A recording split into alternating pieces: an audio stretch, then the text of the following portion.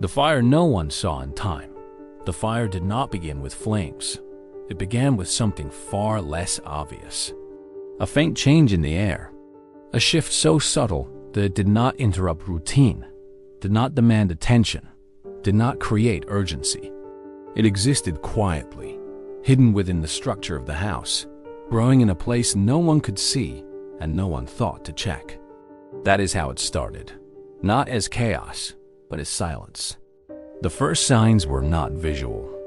There was no glow spreading across the walls, no flicker of light breaking through the rooms. Instead, it moved behind surfaces, inside spaces that concealed its presence, feeding on material that allowed it to grow without being noticed. And while it grew, everything else remained the same. The house held its shape. The rooms felt familiar. The air, at first, carried no immediate threat strong enough to trigger alarm. The environment maintained the illusion of safety, reinforcing the belief that nothing had changed. That illusion is what allowed the fire to take control, because danger that is not seen is not challenged. Inside the house, the elderly woman continued her routine. Her movements were slow, measured, shaped by habit and familiarity. Every step she took was guided by memory, by a lifetime of knowing the space around her. There was no reason to rush, no reason to question the environment she trusted. The walls had always been stable. The air had always been safe. The home had always been a place of control, and so she moved through it without hesitation. But something had already changed. Behind one of those walls, the fire had found space. It spread along unseen paths, following lines that connected room to room, structure to structure. It did not need to move quickly. It needed only to move consistently. Each second added to its reach, each moment increasing its presence in ways that remained hidden from direct view. That is what made it dangerous. Because by the time fire becomes visible, it is no longer small. It is no longer contained. It is no longer easy to stop. The first real shift came in the air. Not strong enough to alarm, not sharp enough to interrupt, but different. A slight thickness. A change in temperature so minimal that it could be mistaken for nothing more than natural variation. It entered the space gradually, blending into the environment, delaying recognition. The woman paused for a moment, not out of fear, but out of subtle confusion. Something felt off. Not wrong enough to demand action, but enough to register as unfamiliar. She adjusted slightly, taking a breath, moving again, allowing the feeling to pass without fully questioning it. Because nothing she could see confirmed danger. And sight often defines belief. The fire continued to grow.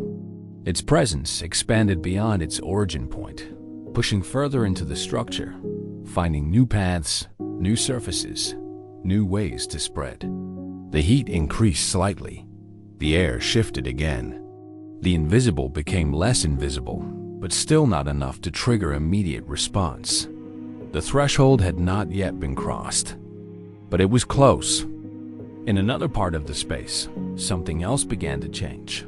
Not in the structure, not in the fire, but in perception. Because while the fire remained unseen to most, it had already reached a point where it could be felt, not through sight, but through other senses.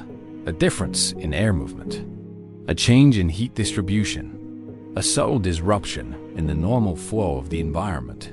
And someone noticed, not by looking, but by sensing. The man, who could not rely on sight, experienced the space differently. Where others depended on what they could see to confirm danger, he depended on what he could feel, what he could detect beyond the visual. And something in the environment no longer aligned. The air was not the same. The temperature was not stable. The space, once consistent, now carried a variation that did not belong. That is what made the difference.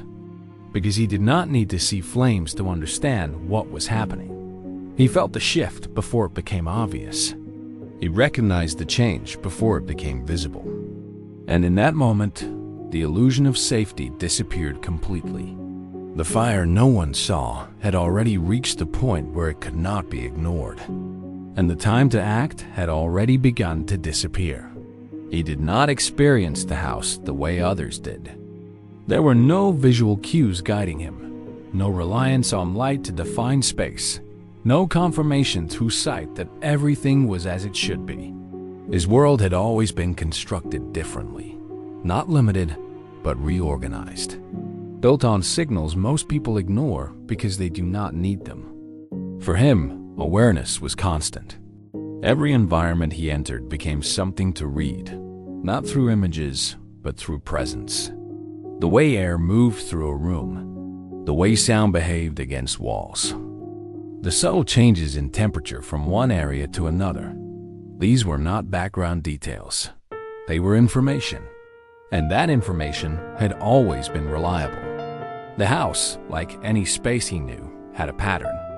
Air flowed in a certain way. Temperature remained stable within expected limits. Sound carried consistently through the structure. These patterns created a sense of normality that did not depend on sight. They formed a map, not visual, but sensory, allowing him to move, to orient himself, to understand where he was and what surrounded him. And in that moment, that pattern broke. The change was not dramatic. It did not announce itself with force, but it was there.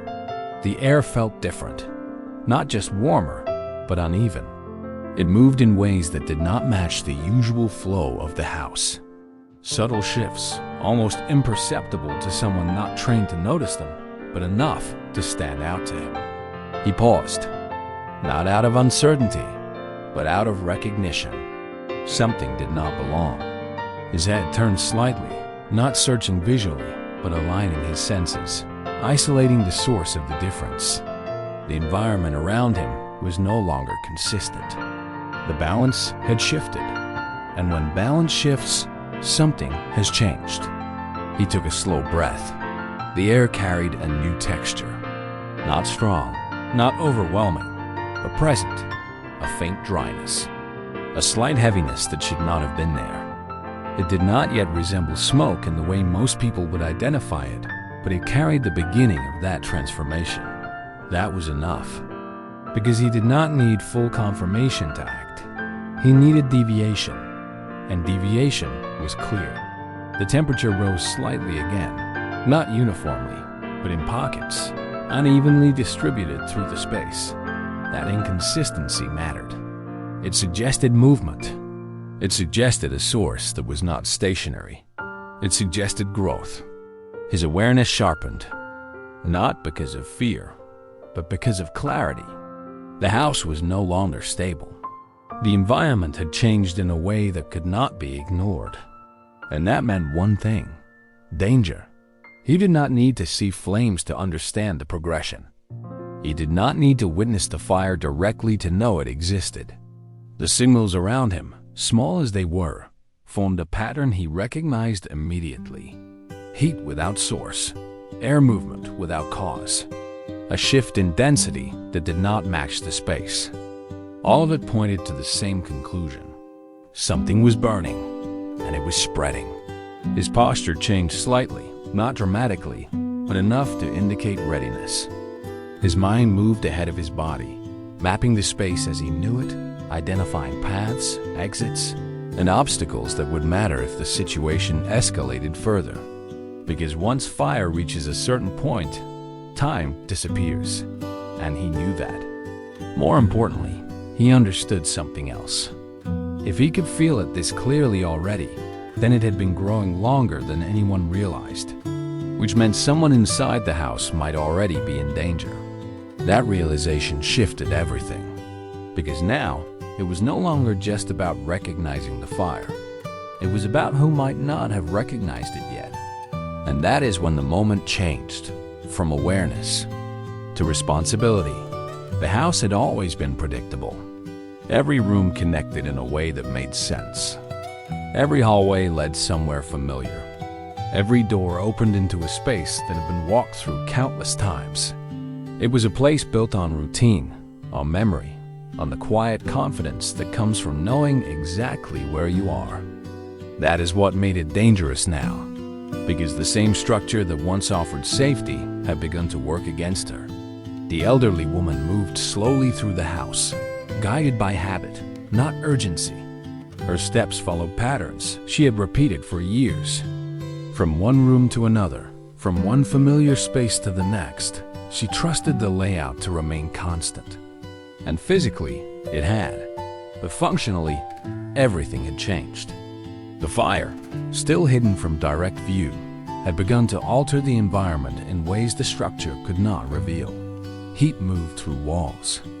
Air shifted direction. Pathways that once allowed easy movement were slowly becoming restricted without announcing it clearly. That is how the house became a trap. Not by collapsing, but by changing what it allowed. The air in certain areas grew thicker, more difficult to move through. Not enough yet to force immediate retreat, but enough to slow reaction, enough to reduce clarity, enough to delay recognition. Each room she entered carried a slight difference, subtle enough to be ignored, but cumulative enough to matter. She paused briefly in one doorway, not out of fear, but because something felt off. The air was warmer than it should have been. The stillness was heavier. The space did not feel as open as it once did. But there was no visible reason to stop, no clear indication that the house itself had turned against her. So she continued. That is how the trap closes, not with force, but with delay. Every second she remained inside allowed the fire to grow further, to expand into new areas, to shift the environment in ways that reduced her options without her realizing it. The pathways she trusted were still there, but they were no longer equally safe. One direction led closer to the source, another toward air that was already changing, another toward a space that would soon become inaccessible. But she did not know which was which, because from her perspective, nothing had visibly changed. Her movement remained steady, but slower now, not by choice, but because the environment began to resist her slightly. The air carried more weight. The temperature rose unevenly. The comfort that once defined the house began to dissolve into something unfamiliar. Still, she did not turn back, because there was no clear reason to. That is what made the situation critical. The house had not warned her.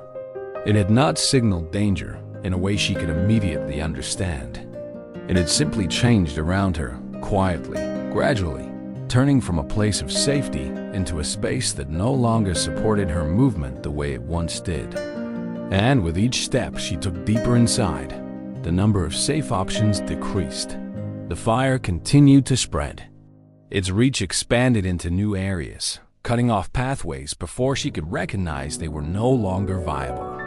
What had once been open space began to narrow. What had once been clear air began to thicken. And still, she moved forward, because she did not yet understand what the house had become. From where he stood, that reality was already clear. The structure he knew, the layout he understood, had changed in function, even if it had not changed in form. And that meant one thing. If she stayed inside much longer, she would not find her way out, because the house she trusted had already become something else entirely, a trap that closes without being seen. And time inside it was running out. The fire still had not revealed itself fully. There were no visible flames reaching through the rooms, no bright light forcing attention, no dramatic signal that would immediately trigger panic. And that is what made the situation more dangerous than it appeared. Because before fire is seen, it is felt. And before it is felt, it moves. Smoke entered the house first. Not all at once, not in a way that filled the space instantly, but gradually, layer by layer, spreading through the structure with a quiet persistence that made it easy to overlook at the beginning. It followed the same unseen paths the fire had taken, slipping through walls, vents, and openings, reaching areas that still looked untouched. The change it created was subtle at first. The air grew slightly heavier. The clarity of each breath diminished just enough to feel different, but not yet alarming. It did not force immediate reaction. It blended into the environment, delaying recognition, allowing the moment to continue without interruption. That is how smoke works. It arrives before danger is fully understood. The elderly woman felt it before she recognized it. A slight irritation in her throat, a dryness in the air, a sensation that something was not as clear as it had been moments before. She paused again, this time longer, not because she understood what was happening, but because her body responded to something unfamiliar. She took a breath, slower, testing the air, trying to identify what had changed, but the signal was incomplete. It did not yet resemble the danger she associated with fire. There was no visible source, no immediate heat strong enough to confirm what she was experiencing. Just a difference that did not fully make sense. She adjusted and continued. That is what allowed the smoke to take hold. With each step she took, the environment around her changed further. The air grew denser. The space felt smaller, even though nothing had physically moved. The absence of clear visibility, not from blindness but from the early presence of smoke, began to reduce her awareness of the environment. The house, once familiar, began to lose definition. Edges softened. Distances became harder to judge. The clarity she relied on began to fade. And still, there were no flames in front of her to confirm the danger. That is why smoke is more dangerous than fire in its early stages, because it removes awareness before action begins. Across the space, he felt it differently. The shift in the air was no longer subtle. It had reached a level where it could not be mistaken for anything else. The dryness, the thickness, the uneven flow, all of it confirmed what he had already begun to understand. The fire had progressed, and now it was entering the space where it could take control. His breathing adjusted slightly, not out of panic, but to maintain clarity. He recognized the pattern immediately. Smoke spreads faster than flames. It reaches before fire is seen. It changes the environment in ways that reduce time without announcing it. And that meant one thing. The situation was worse than it looked. If the smoke had reached this point, then the fire was no longer contained. It was growing, and it was moving closer. The woman remained inside that space, still moving, still unaware of the full extent of what surrounded her. And with every second, the smoke made it harder for her to understand where she was, where she needed to go, and how much time she had left. The environment was no longer just dangerous, it was disorienting. And disorientation is what turns delay into disaster. The air thickened further. The house continued to change, and the moment where recognition would no longer be enough was approaching fast. There was a point where uncertainty ended. Up until then, the changes in the environment had been subtle, detectable, but not yet undeniable. Small shifts in air, slight variations in temperature, differences that could still be questioned if someone chose to ignore them. But that moment passed, and when it did, everything became clear. The air changed again. This time, it did not blend into the background. It carried weight. It pressed against his breathing in a way that could not be mistaken. The texture had shifted from subtle to present, from uncertain to defined. It was no longer a possibility. It was confirmation. Smoke, not faint, not distant, but real. His body responded instantly, not with panic, but with precision. The awareness he had built over time moved into focus, isolating the source, tracking the direction, mapping how the air was moving through the space. Because smoke does not stay still. It travels. And the way it travels reveals where it is coming from. He turned his head slightly, aligning himself with the flow, identifying where the density increased, where the air felt heavier, where the heat followed behind it. That is how he located the fire. Not by seeing it, but by understanding its movement. The pattern was clear now. The fire had progressed beyond its origin. It had reached the structure, and it was spreading. That realization carried something else with it. If the smoke had reached him this strongly, then it had already reached other areas of the house, which meant someone inside could already be in danger. His focus shifted immediately, not to the fire itself, but to the space around it. Who was inside? Where they might be? How the structure connected?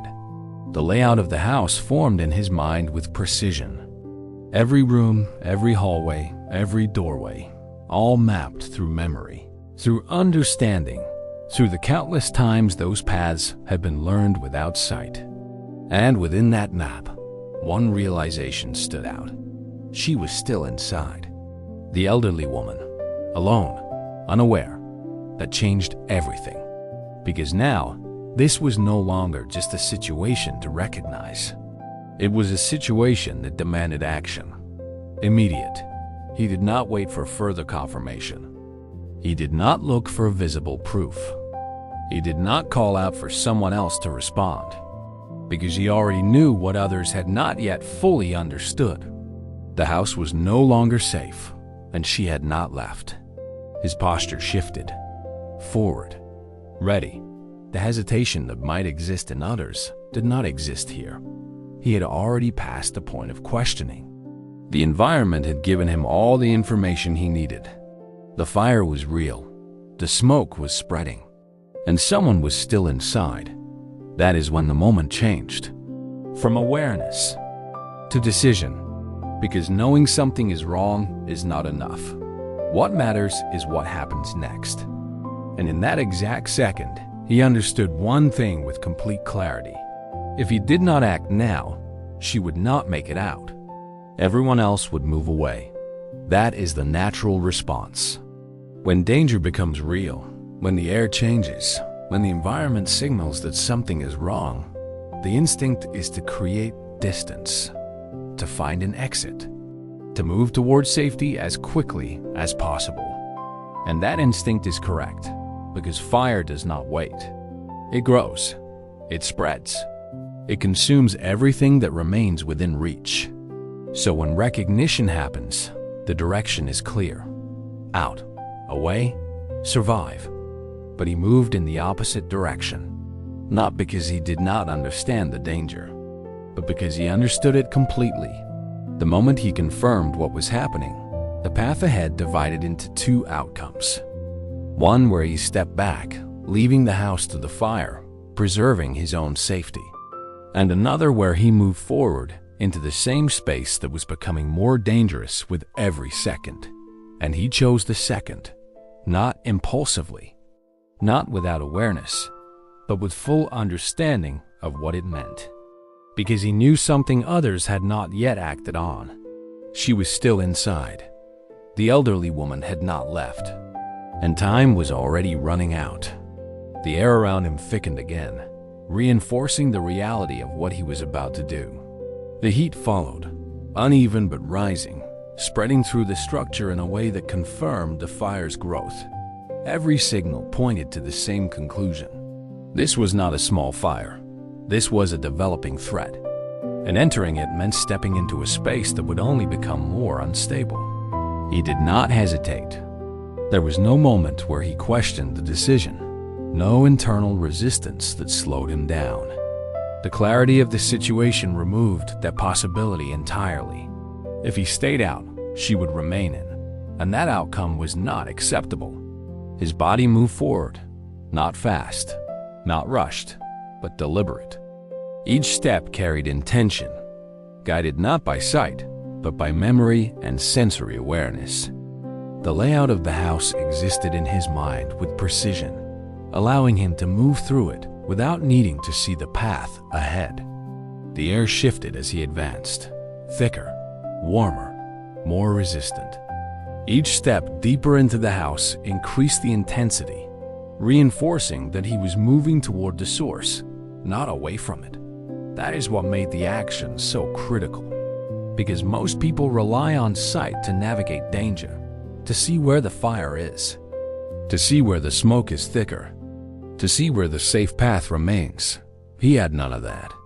And yet, He moved with certainty, because his understanding of the space did not depend on what he could see. It depended on what he could feel, the direction of the air, the change in temperature, the way sound behaved differently as the environment shifted. All of it guided him forward. The deeper he moved, the more the environment resisted. Breathing became heavier. The air carried more density. The heat pressed against his skin, not overwhelming yet, but enough to confirm proximity. He was getting closer. The structure of the house began to change and function again. What had been open space now felt restricted. What had been easy to navigate now required more focus. The environment was no longer stable. And still, he continued, because turning back was no longer an option. Not when someone was still inside. Not when the time to act was already disappearing. The house had become dangerous. The fire had taken control, and he was moving directly into it, not blindly, but with a level of awareness that replaced sight entirely. Because in that moment, survival was not just about escaping.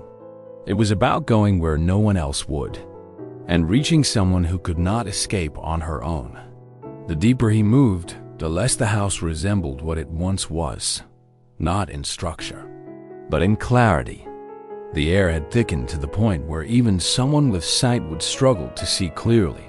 Smoke had begun to take over space, removing visibility, softening edges, distorting distance.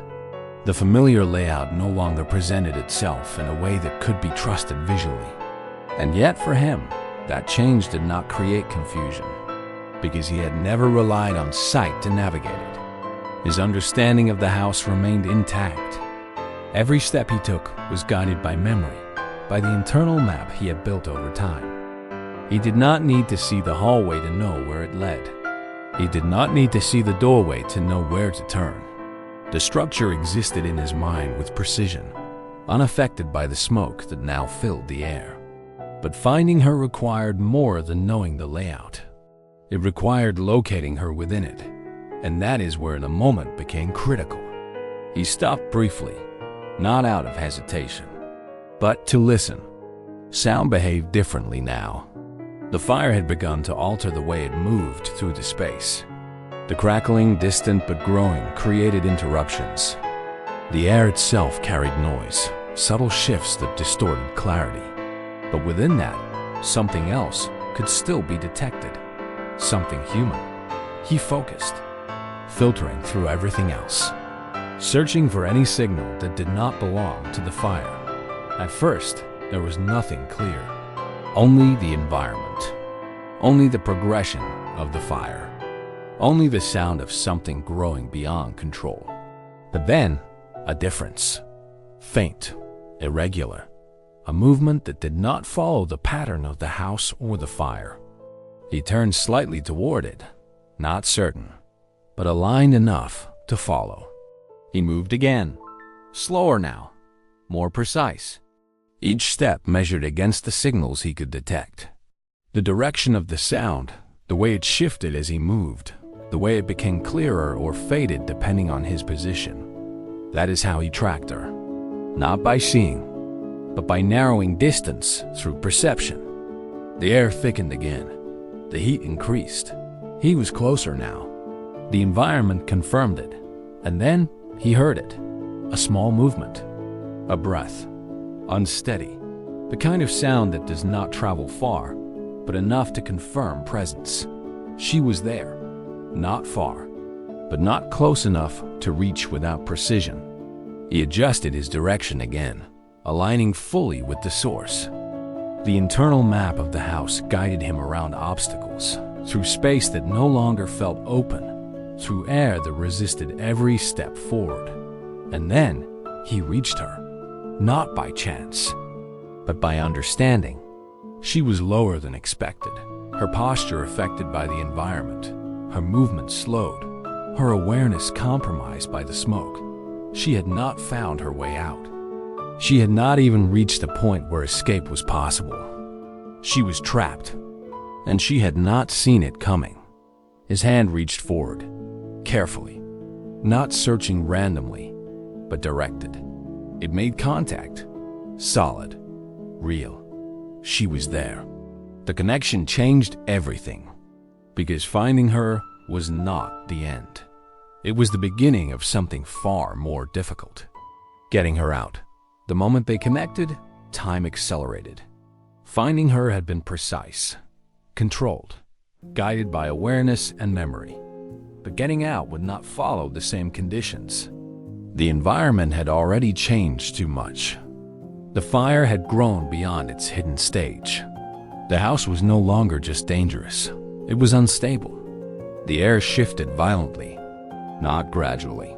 Suddenly, the heat surged through the space in a way that could no longer be ignored, pressing against the walls, pushing through openings, forcing its presence into every part of the structure. What had been a controlled advance had now become something aggressive. The fire had reached a new phase, and with it, the house began to respond. A sharp sound broke through the space, not loud in a way that required sight to understand, but distinct enough to signal something critical. A change in structure, a failure in material. Something that had held together seconds before was no longer stable. He recognized it immediately. The house was beginning to give in. His grip on her tightened, not out of panic, but out of necessity. There was no time left for slow movement, no space for careful adjustment. The path they had to take was already becoming less reliable with each passing second. He shifted his position, pulling her slightly upward, guiding her movement with direct control. She could not move quickly on her own. The smoke had already taken its effect. Her breathing was uneven, her strength reduced, her awareness fragmented by the environment closing in around her. And now, the structure itself was turning against them. Another shift, closer. The sound of something breaking, something falling, something collapsing into the space they had just occupied. The environment was no longer static. It was changing in real time, removing options, altering paths, forcing decisions to be made instantly. The route he had taken to reach her was no longer guaranteed to exist the same way. That is what made this moment critical, because escape depends on stability, and stability was disappearing. He moved, not blindly, but with urgency. The internal map of the house remained in his mind, but now it had to be adjusted constantly. What had been clear was now uncertain. What had been open could now be blocked. Every step forward required recalculation, not through sight, but through immediate feedback from the environment. The air grew hotter, thicker, more resistant. Breathing became harder. Movement became heavier. And still, they had to keep going.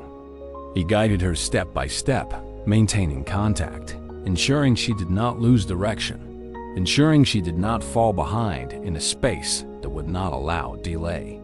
His awareness split between two responsibilities: the path ahead and her position beside him. The balance had to be exact. Too fast, and she would not keep up.